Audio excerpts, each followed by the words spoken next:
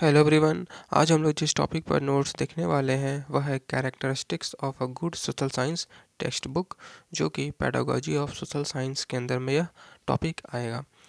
तो इस वीडियो को स्टार्ट करने से पहले जो भी चैनल पर नए हैं चैनल को सब्सक्राइब भी कर लें, क्योंकि इस चैनल पे आपको बीए रिलेटेड सारे नोट्स हिंदी एंड इंग्लिश में देखने को मिलते हैं। तो चलिए वीडियो को कंटिन्यू करते हैं। Characteristics of a good social science text book. Textbook is the best tool of teaching. It is a companion of teachers and knowledge giver of students. All these features of textbook end if the textbook is not good. For this, it is necessary that good textbook should be used. Textbook क्या है? Teaching purpose के लिए जो teaching learning process जो होता है उसमें एक बेस्ट टूल की तरह यह काम करता है। यह टीचर्स के लिए एक साथी के रूप में और स्टूडेंट्स के लिए एक ज्ञानदाता के रूप में यह काम करता है। पाठ्यपुस्तक की ये सभी विशेषताएं समाप्त हो जाती है यदि पाठ्यपुस्तक अच्छी ना हो। इसके लिए आवश्यक है कि अच्छी पाठ्यपुस्तक का ही प्रयोग किया जाए क्लासेस में। अब हम लोग देखते हैं क्या क्या कैरेक्टरिस्टिक्स है उसके बारे में। टोटल 15 पॉइंट्स हैं, उन सभी 15 पॉइंट्स को देखेंगे। फर्स्ट पॉइंट है, the outer shape of the book should be according to the age of the children. Small children enjoy looking at pictures. Therefore, the outer shape of their textbook should be with full decorum. जो outer space यानी बाहर जो cover होता है book का वो क्या होना चाहिए? बच्चों के एज के अनुसार से होना चाहिए और अच्छे से उसमें पिक्चर्स वगैरह सब कुछ बना हुआ होना चाहिए, क्योंकि बच्चे उन्हीं सब चीज़ों को देख करके इंजॉय करते हैं। इसलिए वो अच्छे तरीके से बाहर का जो शेप होना चाहिए बुक का, जो पेज है उसका बहुत अच्छा तरीके से वो डेकोरेटेड होना चाहिए।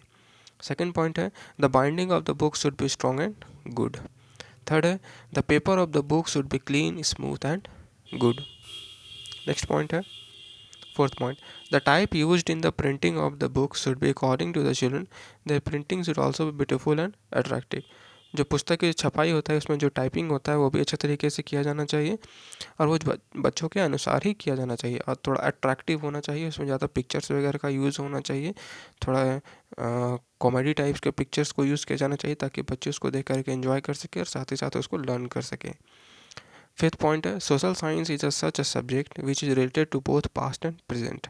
That's why the book should be such that it gives students age appropriate knowledge of everything up to that time. Social science क्या है? ये हमारे इतिहास को भी बताता है और भविष्य या प्रेजेंट को भी हमारा दर्शाता है। इसलिए पुस्तक ऐसी हो जो छात्रों को उस समय तक की संपूर्ण बातों का आयु के पर्याप्त ज्ञान दे। मतलब उनके एज के अकॉर्डिंग, ऐसा नहीं कि वो 4th क्लास में 3 क्लास में है और उनको 10th क्लास का नॉलेज दिया जा रहा है। उनके एज के अकॉर्डिंग ये जो उनका पास्ट है और उनका जो प्रेजेंट है वो नॉलेज को प्रोवाइड किया जाना चाहिए उस बुक में। तो बुक उसके अकॉर्डिंग होना चाहिए। नेक्स्ट है, 6th point, the author of the book should B A complete knower of the subject. जो ऑथर है वो उस सब्जेक्ट के बारे में कंप्लीट नॉलेज रखता हो। Apart from this he should also get vocational training. Vocational training भी लिया हुआ होना चाहिए so that he can present the text book according to the age, ability, interest, inclination etcetera of the student, ताकि वह बच्चों के आयु, योग्यता और रुचि रुझान के अकॉर्डिंग उसको वो प्रेजेंट करे. 7th point है, the arrangement of the subject matter in the textbook should be done in such a way that the sequence of topics and lessons is maintained. They were constantly connected to each other.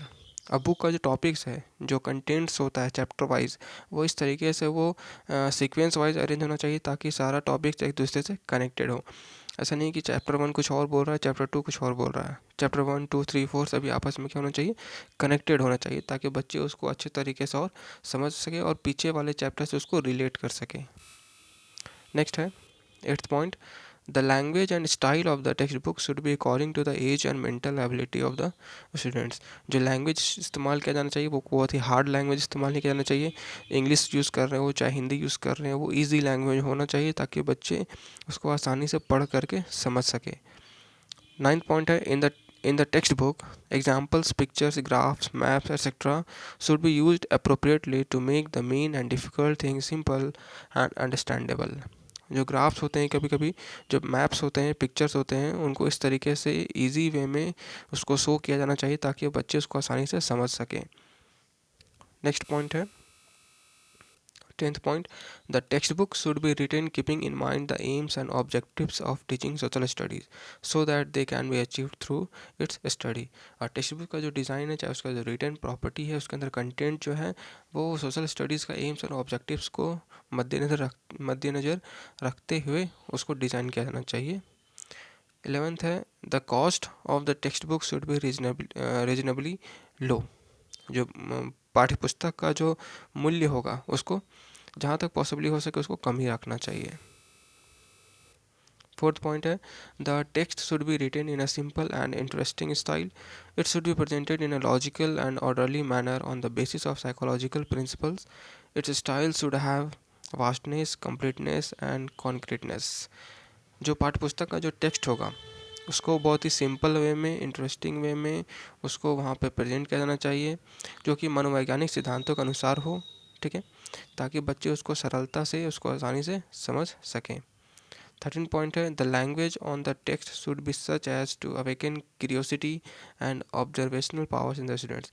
अब जो language use हो रहा है text में, means कि social studies का text book में जो लैंग्वेज इस्तेमाल हो रहा है वो ऐसा होना चाहिए ताकि बच्चे के अंदर वो क्यूरियोसिटी, जिज्ञासा जागे, ठीक है, और उनके अंदर जो है ऑब्जर्वेशनल पावर्स भी बढ़े चीज़ों को देख करके। नेक्स्ट पॉइंट है 14 point the pictorial style should be used for small children and sentences should be also be short and not too long. जो छोटे बच्चों के लिए क्या किया जा सकता है, तो चित्रात्मक शैली का प्रयोग किया जा सकता है। पिक्चर्स के थ्रू ही बच्चों को समझाने की कोशिश की जा सकती है। और जो सेंटेंसेस भी अगर हम लोग यूज़ कर रहे हैं तो वो बहुत ज़्यादा लॉन्ग नहीं होना चाहिए, शॉर्ट वे में सेंटेंसेस को यूज़ किया जाना चाहिए और मैक्सिमम पिक्चर्स का ही इस्तेमाल किया जाना चाहिए। 15th पॉइंट है the purity of the language should be taken care of in the book. Sometimes a slight impurity destroys the meaning. Due to wrong knowledge in the students from the very beginning, there are problems in the future also. अब जो language इस्तेमाल हो रहा है उसमें purity होना चाहिए, कुछ अलग, कुछ रॉन्ग वे में उस लैंग्वेज का इस्तेमाल ये नहीं किया जाना चाहिए। जो बुक में समझाने के लिए जो सेंटेंस लिखा हुआ है उसका सही मतलब निकलना चाहिए, सही टेक्स्ट का इस्तेमाल किया जाना चाहिए, सही वर्ड का इस्तेमाल किया जाना चाहिए, ताकि जो उसका मीनिंग है वो गलत ना निकले, मीनिंग ही उसका ख़त्म ना हो जाए। क्योंकि अगर गलत नॉलेज अगर बच्चों को मिलेगा तो फिर आगे जा कर के उनका फ्यूचर में समझने में प्रॉब्लम हो सकता है।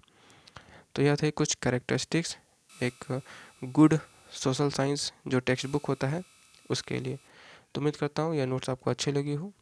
तो वीडियो को लाइक करें, चैनल को सब्सक्राइब करें और अपने दोस्तों के पास भी इसे ज़रूर शेयर करें। तो मिलते हैं हम लोग नेक्स्ट वीडियो में।